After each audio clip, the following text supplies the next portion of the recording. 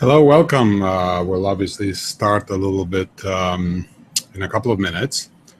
But meanwhile, I just want to make sure that all of you have the action guide downloaded and printed. If you don't, let me see. I think I can put that link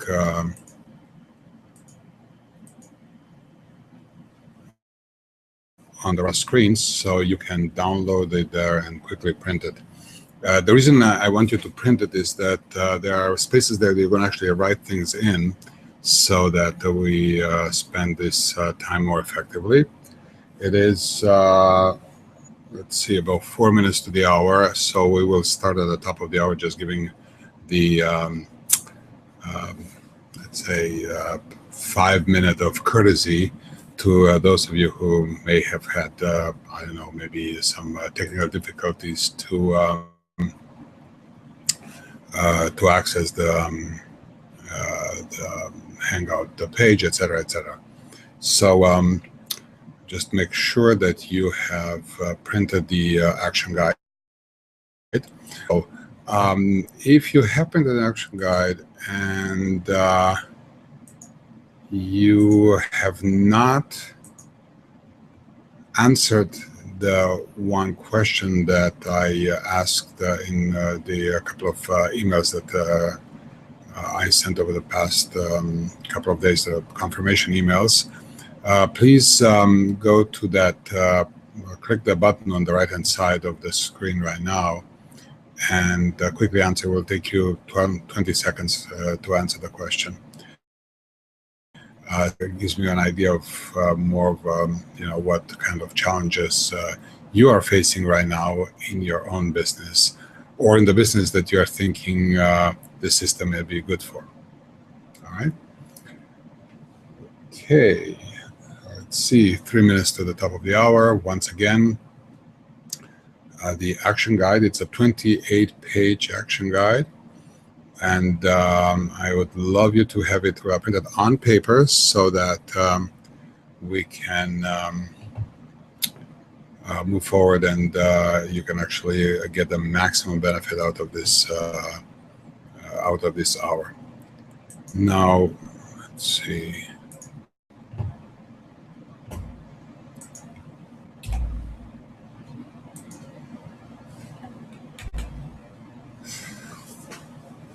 So that's also a link that you can use to get the guide. One other thing that I would love to urge everybody that is to try to turn off all distractions. And by distractions, I mean your cell phones, your social media windows on your computers. Maybe close the door, maybe put a busy sign, whatever your setting is. The reason is that I really, really want you to get the maximum advantage, the maximum benefit out of this time that we're going to spend together. And if you're going to get sidetracked, even by watching the messages coming out of your, even if it's on buzzer and so forth, you'll actually end up getting less of what is that I'm going to try to share with you. We have 1 minute.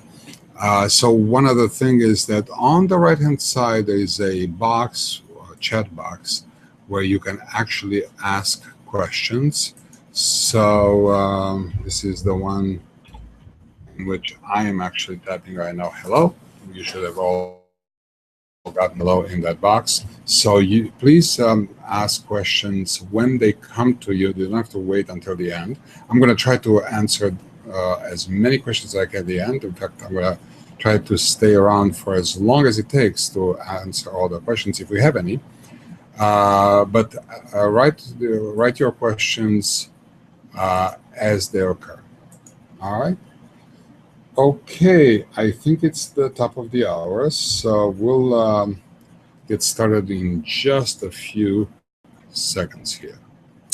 All right, so First of all, let me introduce myself. I'm Sergio Simel, and I'm with GetBusinessTraction.com, as you already know, because that's where you got many of the piece of information that you got from me leading up to this webinar. So I spent most of my career, in fact, the vast majority of my career, in small to medium-sized businesses, somewhere between 1 person and 300 people in the business. I started 3 of them, and one of the businesses that I started, my second business, ended up being a $34 million business. So I've had a lot of experience from both inside and outside small to medium-sized businesses. So I want to accomplish 2 major things today in this hour. I have 2 goals. One goal is to help you simplify the way you're looking and you're thinking about your small business. And that is to give you a different lens through which you can actually think differently. You can actually view differently your business. And in addition to that, to give you some tools to actually regain the control through this simplification over your business. We'll talk about control in just a couple of minutes. So that's one goal, simplification. The other goal is to give you a few tools that will enable you, if you start actually using them, almost immediately to get more out of your business, and essentially the getting more out of your business means to get the traction into your business, to get the business move forward, to get that traction that will enable it to move forward and accelerate. So these are my 2 goals for the hour. Now, as I said before, I've spent most of my career dealing with entrepreneurial businesses from both inside, from the outside, starting them, helping them, leading them, contributing to them, coaching them, etc. So I noticed that there are actually 2 kinds of business leaders in these businesses. So the first kind are the ones that somehow manage to be in control of their business, to be essentially running their business smoothly. And then there is another category, and I'm not going to make any assumptions because this is, of course, not the scientific division of what's the ratio between the 2. But there is another category who, for the lack of a better term, are really frustrated. And my colleagues and I at EOS Worldwide have actually conducted a little bit of a study on what are the top frustrations that CEOs of entrepreneurial small to medium-sized businesses experience. And we've actually arrived at 5 such frustrations. So the first frustration is what I would call control. That means loss of control over the business. This is actually what inspired the name of this program, whether you are in control of your business, are you running your business, or the business is running, or the business actually is controlling you. So essentially, it's a loss of control of where the business is going and how is it going to get there, a loss of control of various parts of the business, which for some people is really, really frustrating. The second frustration is what I would call profit, which just that everybody's on the same page here. Of course, lack of profit. Now, profits are of several kinds. It's not always a financial profit. Sometimes there are other kinds of value profits that business leaders actually are interested in getting out of their business, and they are frustrated for not getting it. The third frustration is the frustration with people. And what I mean by frustration with people is the sense that essentially people don't get what you want from them. They actually don't understand. The communication is not there. And again, by people, I also mean both internal people as well as external people. not only your employees, but maybe your suppliers, your contractors, your sometimes even customers, clients. There's something that you just don't get through to these people. That's the third frustration. The fourth frustration is what I would call hitting the ceiling. And then that's different from various businesses. There is a natural phenomenon. It's almost scientifically predictable for small to medium-sized businesses to hit ceilings of various kinds several times in their evolution. And by hitting the ceiling, I mean sometimes it's a lack of revenue. Essentially the revenue plateaus. Sometimes it's a profit issue. Sometimes it's a chaos issue. You're just hitting this ceiling. You're trying to get past this chaotic situation in which the business seems to be kind of dealt into, and no matter what you do, nothing works. And that actually leads us to the fifth frustration, which is essentially you've read all the books, you've tried various kinds of things. Every 2-3 weeks, bringing a new book, you're getting your team to try new tools, and nothing works. And that compounds your frustration with the business. All right. So if you are in your action guide on page 3, you can actually fill in those blanks: the lack of control, the lack of profit, the people frustration, the hitting a ceiling, growth or profit of life, or actually nothing works. I belong to this organization called EOS Worldwide, comprised out of about 70 or so worldwide independent professionals like myself, who are joined by a real passion. And our passion is to help small to medium-sized entrepreneurial businesses run their business better. And by running their business better, I mean accomplishing 3 major is what I call vision. And that is getting the leaders of the business 100% on the same page as to where the business is.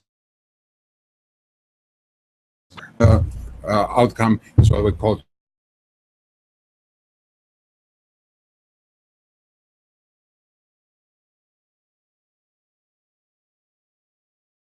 getting the leader masters of execution towards that vision. And then thirdly, the third outcome is what I call health, and that is getting the leaders to function in cohesive, healthy team environments, which, let's be honest, more often than not, that is actually not the case in most entrepreneurial businesses. All right. So before we get to understand actually how we go about accomplishing, pause a second and say something that's very fundamental and may actually surprise you. All right. So if you were to forget everything that I say during these 60 minutes, I urge you to remember one thing, and that is that I urge you to run your business, your small to medium-sized entrepreneurial business, using one operating system. That means one system, one set of tools and processes for operating the business in a cohesive way. Not zero, meaning basically clubbering together 2 tools from here and 3 tools from there and so forth, or not several such systems simultaneously. So this is almost like the fundamental takeaway out of this whole hour. You cannot build a great organization on multiple operating systems. You must choose one. Now, of course, I'm a little bit biased because I do help my own clients implement the entrepreneurial operating system, or EOS. But even if you choose something else, there are several other systems out there, just choose one. And don't let your business run either on the seat of your pants by having no coherent system, or trying to combine several kinds of things together and choosing essentially multiple. All right. So with that in mind, let me introduce to you the fundamental concept of EOS. So, you know what? EOS stands on the premise that as business leaders, we walk around with literally hundreds and hundreds of issues we need to resolve for our business. So the main core discovery is that to the extent we can actually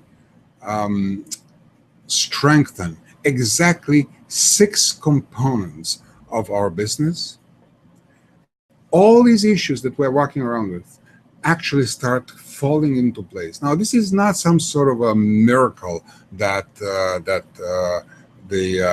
somehow we have a silver bullet, and by strengthening 6 things, actually everything else falls into place. It's actually a very logical thing, and it should become apparent by the end of my talk today. And it's, of course, will become very apparent if you start actually implementing EOS in your organization.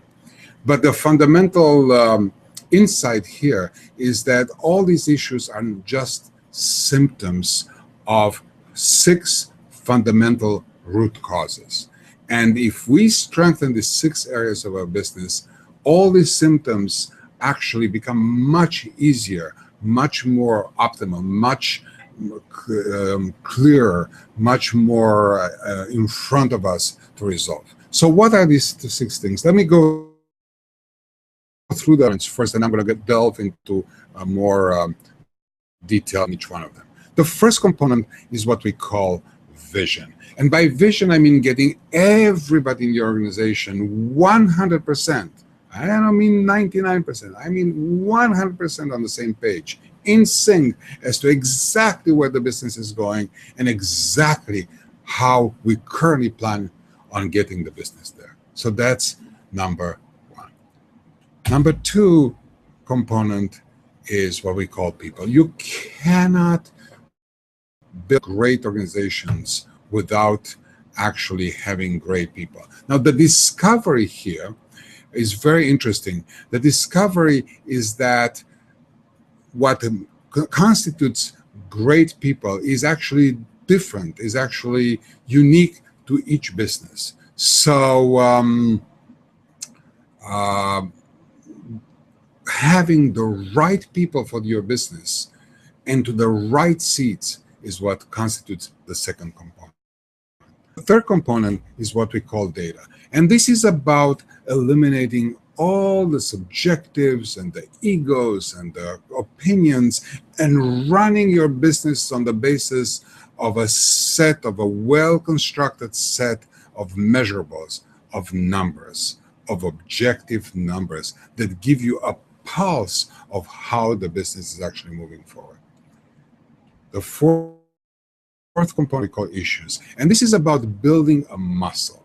And it's really, it's almost like going to the gym. It's building the muscle for initially the leadership team and then the rest of the business to addressing issues. And by issues, I don't just mean the difficulties and obstacles and, let's say, challenges that you are faced, but also the new ideas and the new opportunities that you have to deal with. The fifth component is what we call process. And this is where most entrepreneurial businesses have their weakest link, because they somehow relate process to bureaucracy, which is not the case. This is not the case. This is about actually turning your business into a predictable, into a systemic, into a well-coordinated, optimal way of operating, so that you don't reinvent the wheel, so the business is, and consequently its value goes up. And then finally, the sixth component is what we call traction. And this is where we bring essentially the vision part down to where the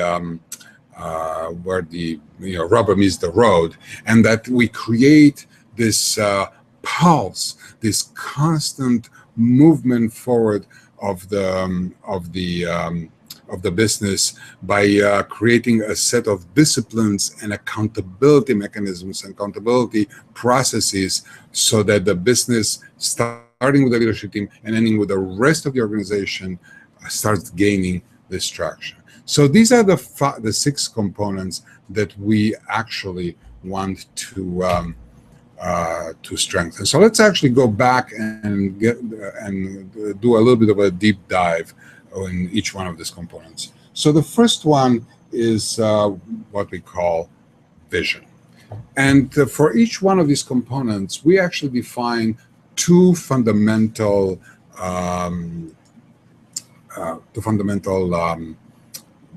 let's say, disciplines. So the discipline here, the first discipline here for vision is what we call the 8 questions. So now, remember, vision is about getting everybody on the same page as to where the business is going and how is it going to get there.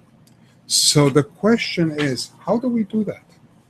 How do we get everybody on the same page? It turns out that to the degree we have everybody essentially answering or knowing the answers, the exact same answers, or feeling or having kind of absorbed and internalized the same answer to exactly 8 fundamental questions about the business, everybody will be actually on the same page as to where the business is going and how is it going to get there. So let me actually quickly go through the 8 questions, and then I'll again dive a little bit more into the details of each one of these questions. So what are the 8 questions? First question is, what are your core values? Second question, what is your core focus? Third question, what is your 10-year target? Fourth question, what is your marketing strategy? Fifth question, what is your 3-year picture? Sixth question, what is your 1-year plan? The 7th question, what are your quarterly rocks? And the 8th questions, what are your main issues? Okay, so let's actually dive into the more details. So again, for those of you who are using the action guide to write those things in, we are on page 8. You kind of wrote in the keywords for each one of these 8 questions, and now we are going to the next page, which is page 9. Now we use a tool to capture the answers to these 8 questions, and this tool is basically a one-page tool called the Vision Traction Organizer. So on pages 9 and 10 of your action guide, you have cards to have Vision Traction Organizer, otherwise known as VTO. This is the upper. Each one of the sections contains the answer to one of the questions. So there are 8. First one, what I was has known for about somehow, in a sense, turning this into some sort of a marketing set of slogans, into essentially a set of empty words that presumably will make our customers or feel good. Well, unfortunate situation, because core value is actually very, very powerful part of it.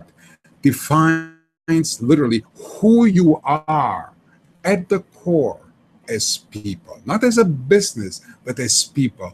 What is the culture of this business? What actually brings you all together and makes you want to work with each other? And of course, first within the leadership team, and then the rest. Those are not something that actually create, always exist. You just need to do.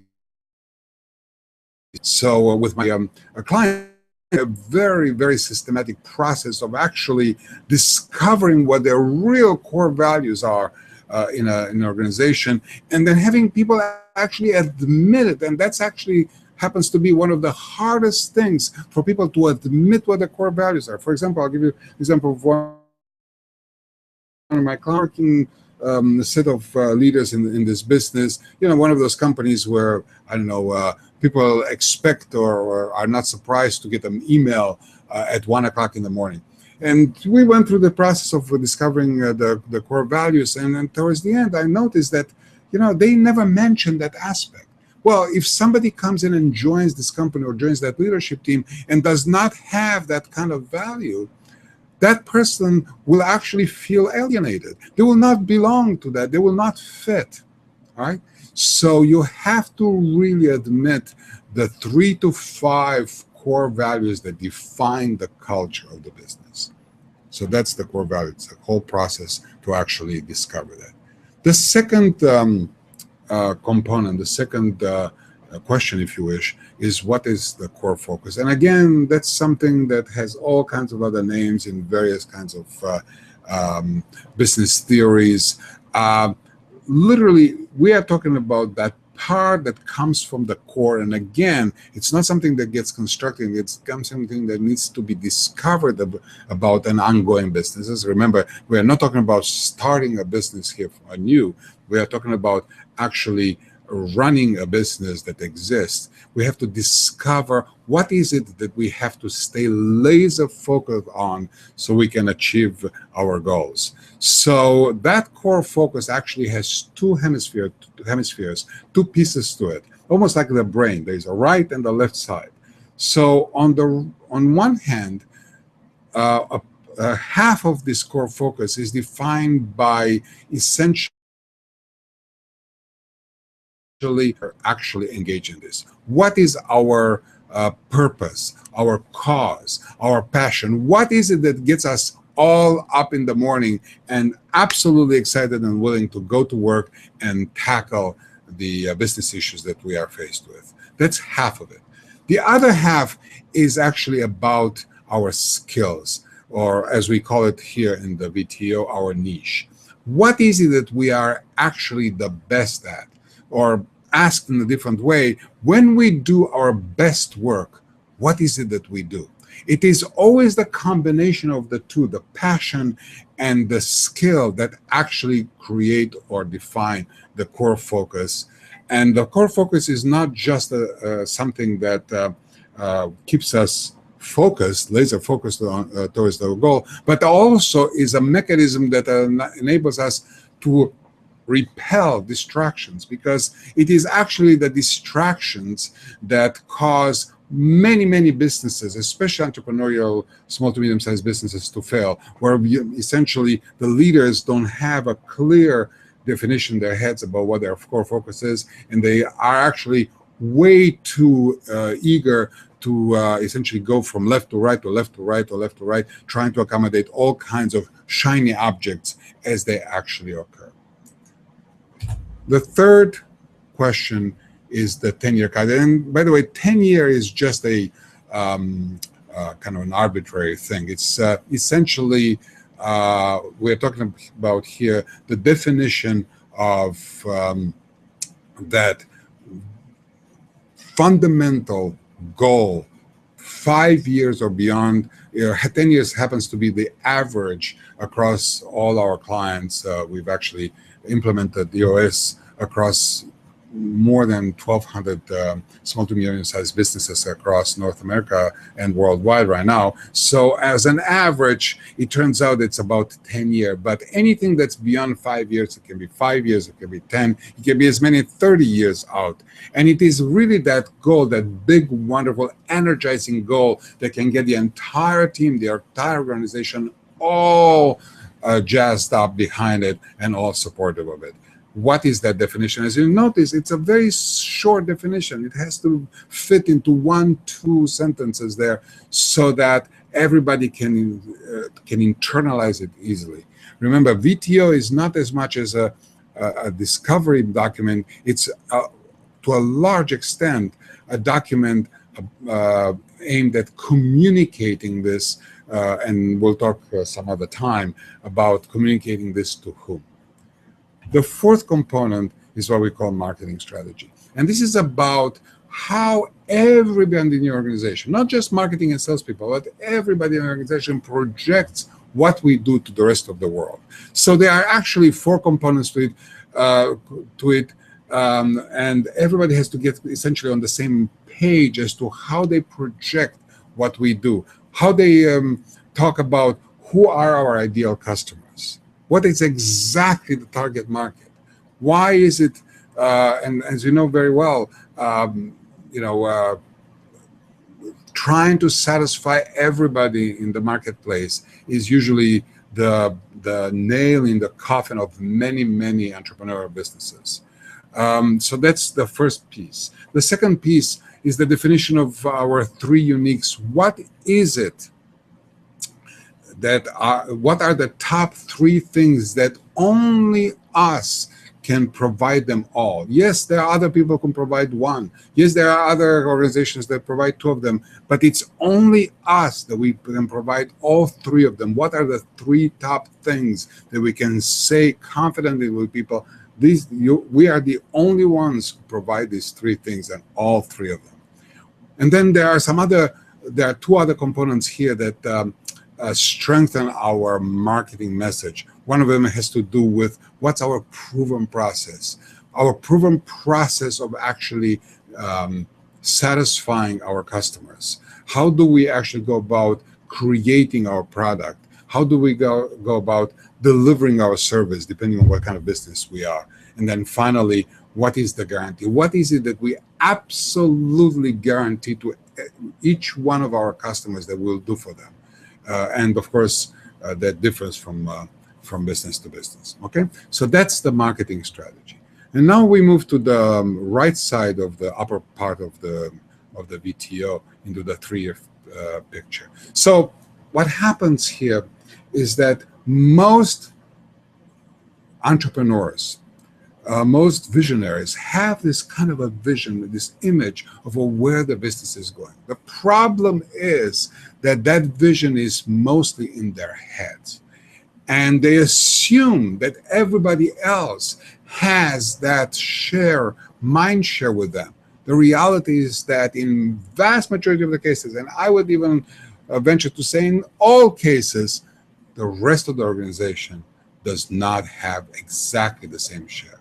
So we go through a process of actually extracting that vision of where the business should be in 3 years. And we are talking about some of them being measurables, such things like on top of that, there are maybe 5 to 15 bullet points that describe what is the business going to look like in 3 years, what's going to feel like, how is it going to behave like in 3 years, and creating this picture. And the key word here is a picture. Creating this picture that's actually vibrant, where everybody in the organization can start relating to, so they have an understanding, a general understanding of where we are going. How is it going to feel like to work there? So they want to actually move forward closer to that picture. So they want to be there in 3 years and actually experience that business. There's a whole process of how we get everybody to see this picture. And unfortunately, of course, we don't create a movie about it. We don't create a movie, we create a description of it. So we have to actually use words to create really this visual representation of the picture. Now we moved closer to present time. So 10 years out, 3-year picture. Now we are talking about the 1-year plan. And here plan, we are really starting to bring things down to the ground. And we are answering the question, what is it that are the top 3 to 7 things that absolutely must be done by this organization within the next year? What are the 3 to 7 goals? Now, walk into a business, ask them, do you have a year plan? They say, oh yeah, sure, here it is. What are, do you have a list of goals? Absolutely. Where are they? Here they are, 27 goals. And I start laughing because no organization has even a prayer of actually accomplishing 27 goals. So we actually work very hard during the coaching sessions that I have with my clients to reduce that to 3 to 7. In our experience with 1,200 companies, the closer we get to 3, the more likely it is that they will actually accomplish it. That doesn't mean necessarily that these are the only things that are going to. These are the top 3 to 7 things that they have to get done as an organization over the next 1 year. Now, there are generally two philosophies about goal setting.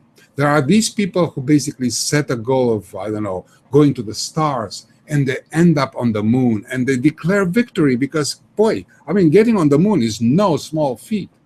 And then there is the other philosophy that basically I would call it set it and get it. They say they're going to get to the moon, they get to the moon. Now, each one of those two philosophies work. Problem is that in many leadership teams, there is no agreement on what philosophy they actually share. They have to actually agree all that they use the same philosophy in setting their goals. Just imagine the sales guy having sort of like setting a goal of $15 million in revenue, kind of going to the stars and accomplishing 12, and then saying, hey, this is victory because it's because last year we had $9 million, so I've achieved more. Yet on the other side, you have the CFO having budgeted and spending against $12 million. You can just imagine what that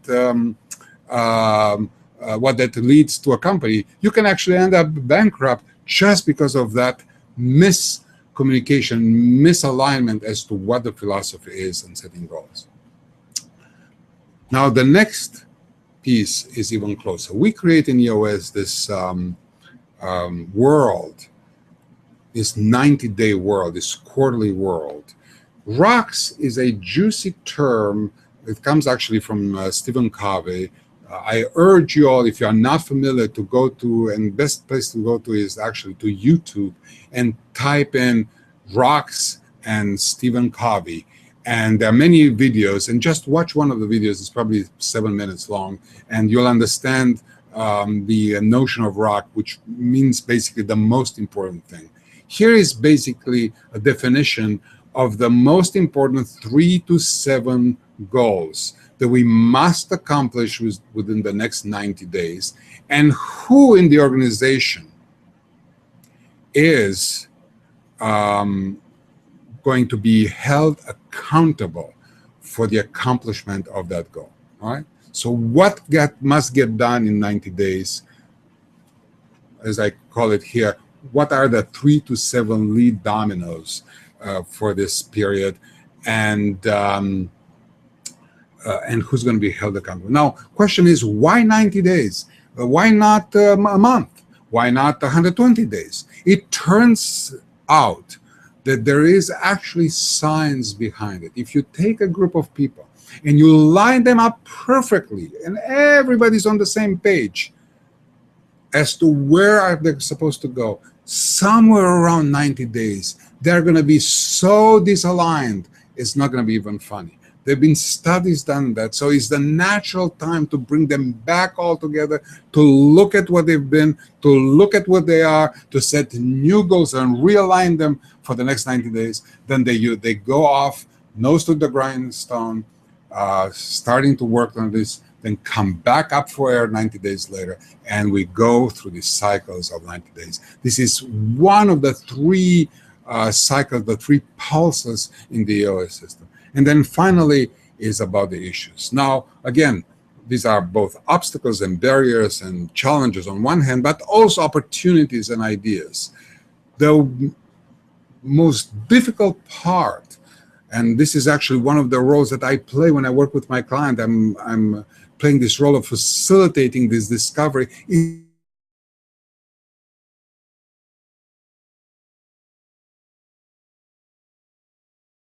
but it means that they have to be captured and they have to be admitted as issues. And then in this spirit of openness and honesty that we absolutely work very hard to instill, this is the third part of the the third outcome. Remember, the healthy outcome, the outcome of functioning in a cohesive, healthy team environment. So in that spirit, we end up admitting these issues, putting them on the list, and at the right time they get addressed and solved. Right? So that's the VTO. That is basically the first disciplines. The second discipline on the vision part is what we call share by all. So now that the leadership team is actually on the same page, because the VTO is actually a product of the leadership team, now how do we get everybody else in the organization? You may have an organization of 20 people or 400 people. How do we get the other, and let's say the leadership team is 7 people, how do we get the other 393 people on the same page as to where the business is going, how's it going to get?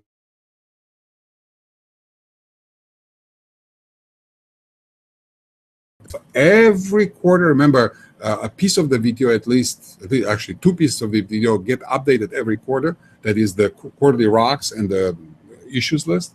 So every quarter, after our leadership team quarterly meeting, we convoke a state of the company meeting. And among the things that we do in the state of the company meeting is that we teach the VTO. The principle here is that it takes 7 times for somebody to be taught something, to be told something, before they even hear it for the first time. And I have to be honest with you, for those of you who have actually kids, you probably relate to that very easily. How many times have you told your kids, listen, don't you remember? Why don't you do it? Well, the rule of thumb is that it really takes 7 times. So maybe you need to change that tonality from I told you 3 times to I told you 3 times, 4 more times to go. Right? So that's the second discipline. Going forward to the people. We talked about the right people. That's the fifth. So if you are following again action guide, you can actually go to page 12 and see people answer. Remember the core values? Now, by definition, in EOS, we define that the person is the right person for this organization. Person most of the time embraces or displays most of the core values for that organization. So in order to test that, we use this tool. So I put up here a set of 5 core values. They happen to be the core values of my own business. The rows, you have people: Sally Jones, John Smith, George Wilson. So you ask the question, is Sally Jones most of the time humbly confident? We put a plus. Grow and dive, yes. Help first, yes, yes, yes. John Smith, not so much. George Wilson, sometimes yes, sometimes no. Now, all this stuff makes very little sense in the sense of impact until we define what we call the bar, which means basically that we want people to be above a certain bar, and we can actually raise or lower that bar as we please as leaders in this business. So we have recommendations for with 5. We recommend that they have at least 3 of them and 2 of them. By the way, I'm not saying that the first 3 have to be plus and the last 2 plus or minus. This is a generic way of showing that we need 3 of the values we embrace most of the time, and 2 sometimes embrace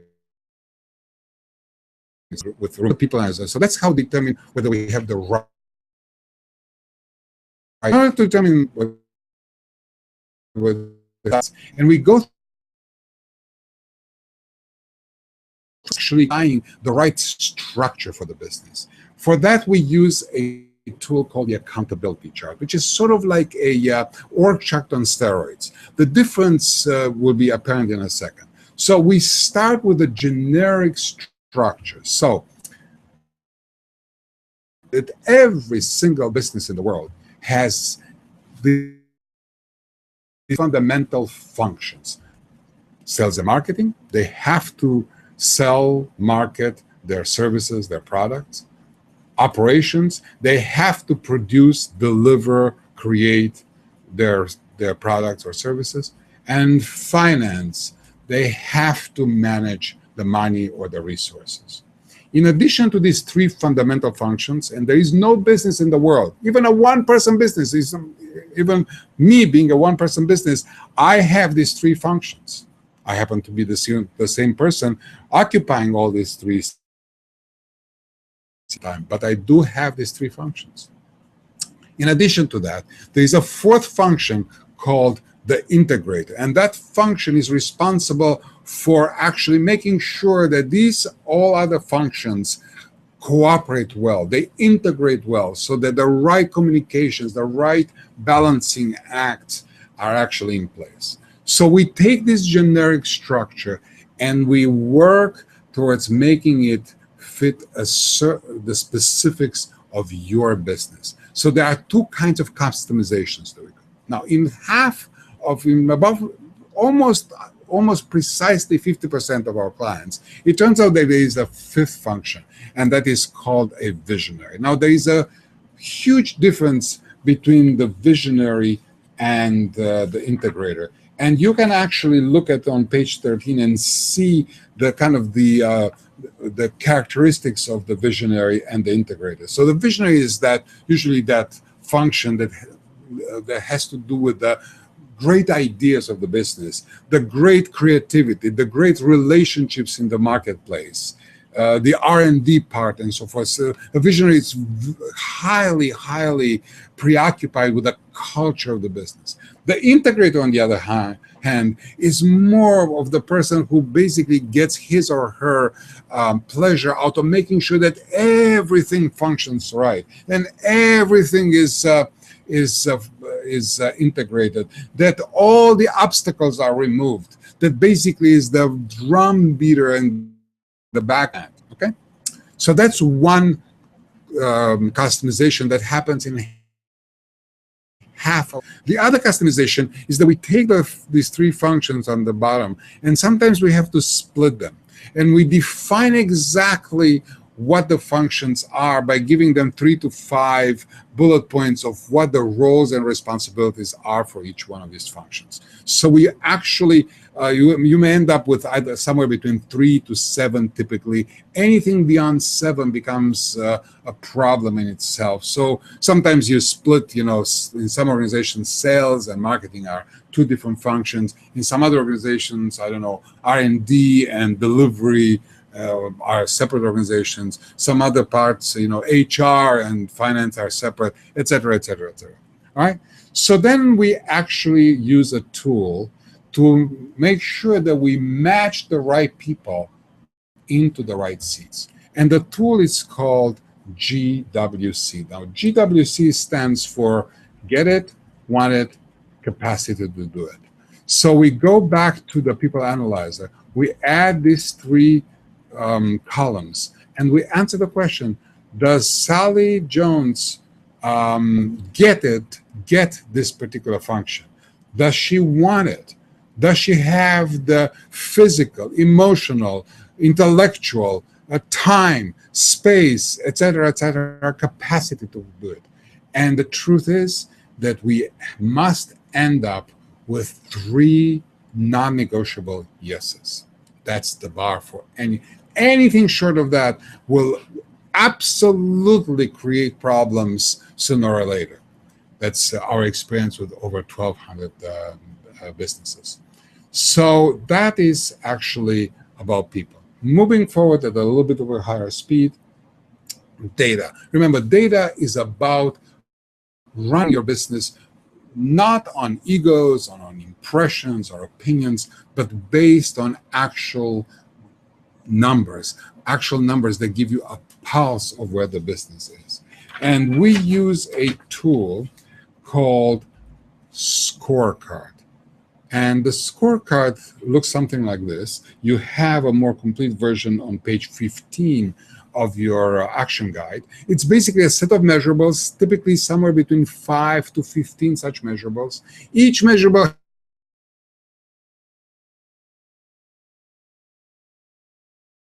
has a weekly goal and has 13 columns, 13 weeks. Why 13 weeks? Because we create this 90-day quarterly span, and there are about 13 weeks in a quarter.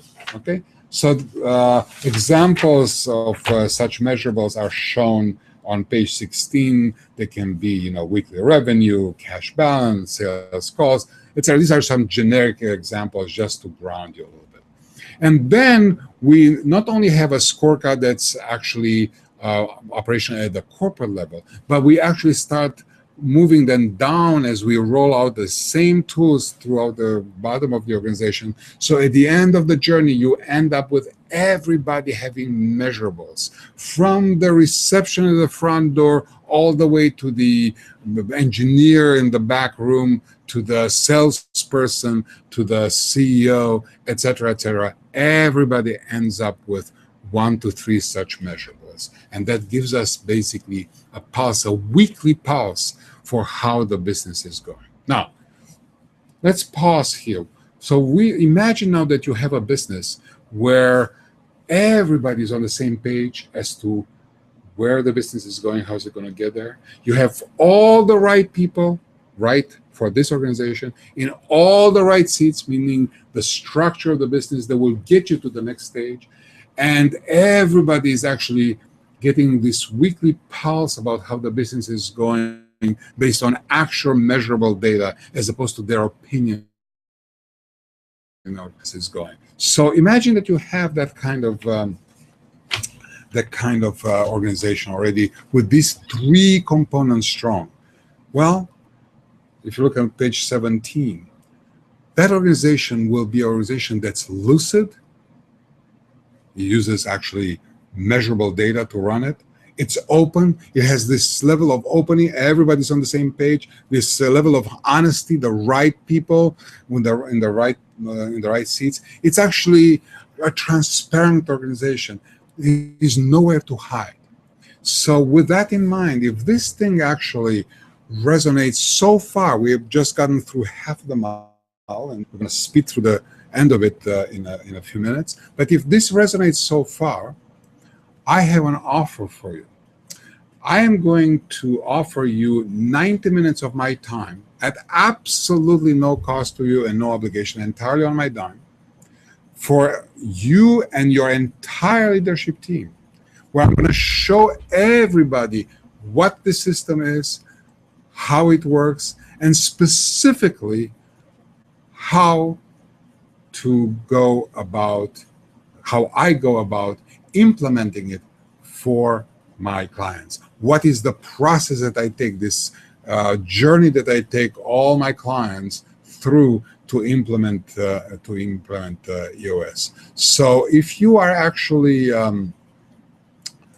interested in applying for this 90-minute free session, all you have to do, and I believe on the right-hand side of your screen, there is actually a button there. You can just click on that button. You'll end up on a form and just fill out a couple of things there. And within the next about 24 to 48 business hours, I will get back to you to talk to you a little bit and to set up the right time to do it for you and your entire leadership team. Okay, moving forward now to the 4th component, which we call issues. So this is about developing this muscle of resolving and addressing issues. Okay, so first of all, the first discipline is that of issues list, and we saw that part of the VTO, and you're going to see it again in a few minutes.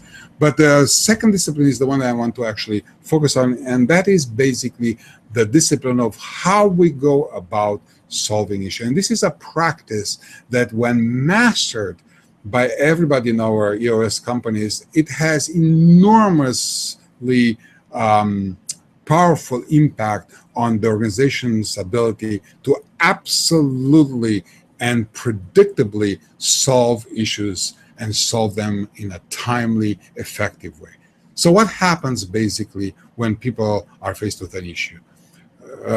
Essentially, they are getting together and starting to discuss the issue. And they discuss, and they discuss, and they discuss some more, and they discuss some more, and in the end they run out of time, and they feel good because they've discussed the issues, but they resolved it. So we go through we teach people I'm training my clients on how to go through a 3-step process, where first they have to identify the issues. I'm going to ask you a quick question. Have you ever experienced a situation where you're talking to somebody about something, only to discover 20 minutes into the conversation that the two of you were talking about 2 different things? Even though the words may be the same, but they are actually, you meant 2 different things. So identify, making sure that you know exactly what's the issue that you're trying to solve is quintessentially important to actually solving the issues. Then there is actually a very organized way of conducting the discussion, so that we disallow, or if you wish, reduce the amount of politics that's actually being spent, and then we actually work as teams towards solutions. And the ideas, we use ideas actually almost like a verb. We say that we are going to ideas this particular issue. So we ideas an issue, and no issue gets ideas and is put aside without actually having a solution. Now, the solution may be temporary, but there has to be a solution, at least for a while, and then there may be another issue that gets created once it's proven that that solution is either incomplete or the wrong solution. So that's the issues component. Then we are talking about the process. Here is about documenting the core processes. And if you go into your action guide on page 21, you'll see a list here, kind of a generic starting list of processes.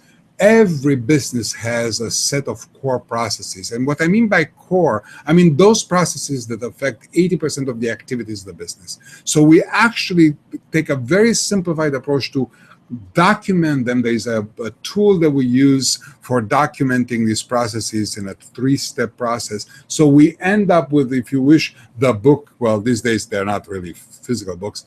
The book of the way we do business here, so that we turn the business into a predictable, scalable operation. So we end up with everybody being, following those processes. So there are also mechanisms that we put in place to make sure that everybody follows the appropriate process of actually carrying out the business. And then finally, we end up with traction. Now, rocks we already spoke about, but then there is this other discipline called meetings. And this is really where a lot of the magic of EOS happens. Very briefly, the leadership team gets together once a week in what's called a level 10 meeting, or a weekly pulse meeting. It's a 90-minute meeting that starts. It's scheduled on the same day of the week. It's scheduled at the same time of that day. It starts on time. And what I mean by time is that if you are there on time, you're actually late. If you are early, you're on time. It ends exactly on time, never beyond 90 minutes. And it always, the fifth rule, it always follows exactly the same agenda. And the agenda is shown on page 23 of your action guide. This structure has been experimented with and has been run by every single one of our EOS companies in an aggregate for over 200,000 times. So it's an extremely optimized, extremely effective way. We start with 5 minutes of good news. We actually do the reporting part on the scorecard, both on the scorecard measurables, on the status of the current quarter rocks, and various kinds of people headlines. Then we look at the to-dos, the items that were created as to-dos from the previous level of the meeting. Actually look at the IDS, the issues list, and we IDS as many issues as we can. As you can see, the issues list are actually baked into the agenda, and then include. The art of running these meetings is actually the art of functioning as a cohesive, totally disciplined, totally accountable, totally aligned team. So, two goals we had. One goal was to simplify the way you look at your business, to think differently. And I hope I gave you this new way of thinking of business as having these 6 components that will get you, as you start strengthening, will give you the control, the regaining of the control through these 12 disciplines, 2 disciplines. And then there were a number of tools. I will send you actually an email with links to these tools. They're actually free for you to use. And I introduced only 5 of the foundational tools in EOS. There are about 20 tools in the EOS toolbox. And then there are some more additional tools. We introduced them as part of the process. So, resources, it's of course the book Traction by Gino Wickman, that our system, the entrepreneur system, the free tools that you're going to get through the email, and the, of course, offer that I made to you, where I will spend entirely on my dime 90 minutes with your entire leadership team and show you exactly what EOS is and how I go about implementing it for my client. And the application form is at GetBusinessTraction.com/get90. All right. So we do have a number of questions, and let me go to the questions. So here's a question that came from Jay that says, can I just implement EOS on my own using the book Traction? Great question. So, well, and so this is the moment where I actually sort of played the non-salesperson. So the answer is actually yes. You could try to implement EOS on your own. And there are some people who have tried to do that. The experience that we've had with such people is that within somewhere between 9 to 12 months, and this is experience across several hundred such companies, they end up falling off the wagon. And the reason primarily issues that the company has, that the leadership team has, are issues that they themselves introduced into the business. These are not issues that came from the outside. So it is very difficult. In fact, I would claim that it is clearly impossible for a group of people to own issues that they themselves actually created without an external, independent, no axe to grind, totally neutral party that can actually help them navigate through these issues. My role with respect to my clients is threefold. Of course, I have a small role as a teacher. I teach them the tools. Some of them are not in the book, but most of them are of accountability partners. So that's again a role that only an outsider can play, because I can hold them accountable to the to what they actually set out as goals in implementing EOS. But the majority of the time that I spent with this in this session, and there are full day sessions that are part of the process, is that of a facilitator. I actually facilitate these meetings as an external party so that I guide people into solving these issues, into discovering. There are specific processes that we use that have been tested over and over hundreds and hundreds of times in discovering, for example, things like setting the yearly goals or the quarterly rocks and so forth. There is a whole process doing that. This is not an ad hoc process. So I don't know whether I answered your question, Jay, but that's sort of like the short version of it. Will ask the next question. Does EOS really work in really small companies that are doing less than $1 million in revenue and no more than 4 or 5 employees? Well, the answer is yes. First of all, and I'll give you a couple of examples. First of all, I have the example of 70 or so such companies where that works. And these are us, the EOS implementers. We are all very small companies. Now, I happen to be a one-person company, but some of my colleagues are actually, they have 2-3 person partnerships.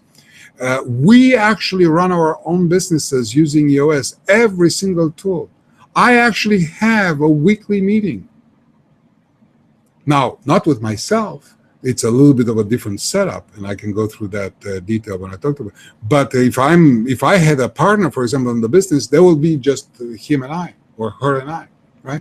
So so we use every single tool and process out of the EOS toolbox and the EOS model in running our own businesses. So that's one set of examples. So the second set of example is that I actually personally have a couple of companies that are in the kind of range that you are talking about that have actually made enormous amount of progress using EOS. One of my clients is a 7-person, $750,000 business. So it's under $1 million, and they a little bit more than what you're quoted. Well, there are 7 people in the business, but they actually need. Now, the only requirement is here that the businesses must be entrepreneurial. They have to be kind of growth oriented in some fashion. You see, the way I look at it is that if you have a lifestyle business where growth is not an issue,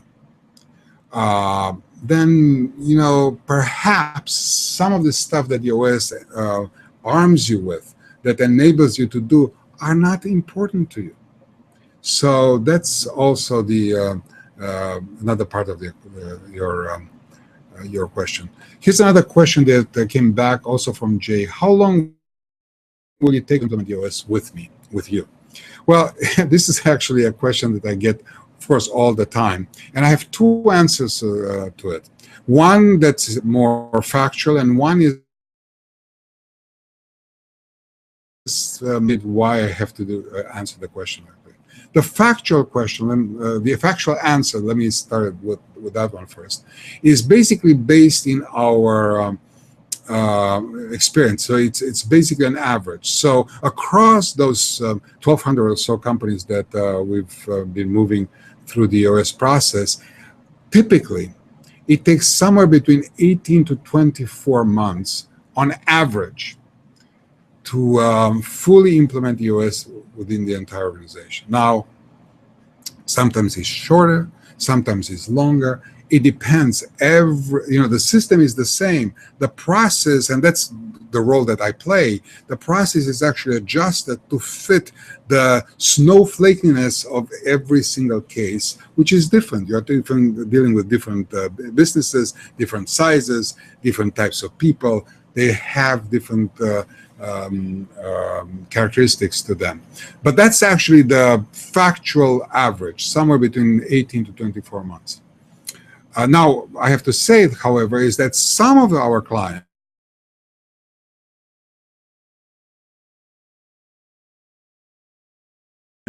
and run their quarterly meetings essentially forever because they love the ability to have somebody from the outside who has absolutely no other involvement in the business come in once a quarter and basically hold them accountable. So they like that accountability. Now, The other answer, which is only partially tongue-in-cheek, is the following answer. Well, if you go to a therapist, would you ever ask a therapist, how long will it take before you fix me?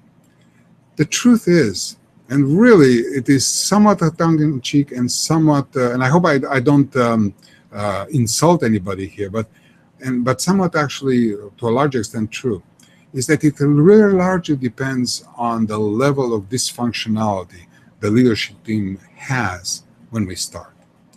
If they are highly dysfunctional, it just takes longer for them to start achieving this role. It's a process, folks. This is not something that happens overnight.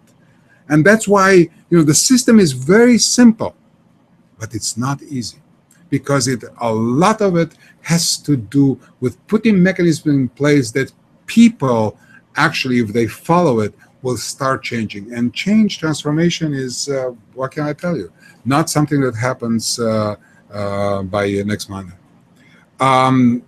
Another question from Jay is, how often would we meet with you? Now, in this 90-minute meeting that I offered you to have with your entire leadership team, I will show you an entire process, so I can't get into the entire process right now. It would be actually too much. But I can tell you that there are about 5 or so full-day sessions a year.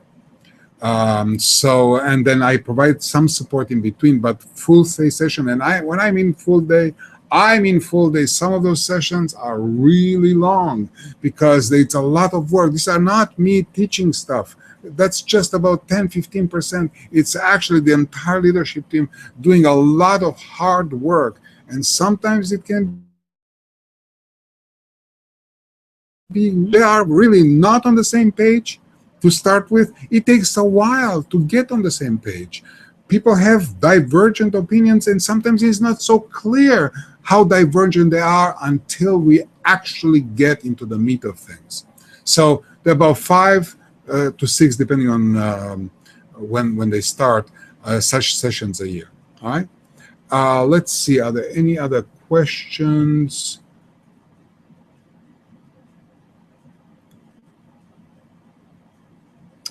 There was a question here about the slide deck to blinking. Unfortunately, this is something that I noticed, but it's something that has to do with Google Hangouts. So I'm not sure. I will have to look into how to actually get that fixed a little bit better. So since I don't see that I have any other questions, once again, you all have this email that's going to be coming your way, and I will put in the email links to all the tools so you can actually take a look yourself. No matter what, I do highly recommend that you get the book Traction by Gino Wickman. This is the book. There's a second book called Get a Grip, which is a collaboration between Gino and one other very good friend of mine, Mike Payton. But I recommend that you first read Traction and then you read Get a Grip. Now, for you to actually start the EOS process, it's not required that you read the book. It's not an impediment, but it's not really required. And I look forward to speaking with you all and try to help you either implement EOS on your own if that's what you choose, or get involved and at least at the first step, show you and your entire team what the EOS works and how the EOS works and what's the process of actually implementing it to your team. So thank you so much to all of you. I'm really appreciative of you taking the time this afternoon, at least it's in the afternoon on the East Coast here, and I look forward to hearing from you soon. Thank you.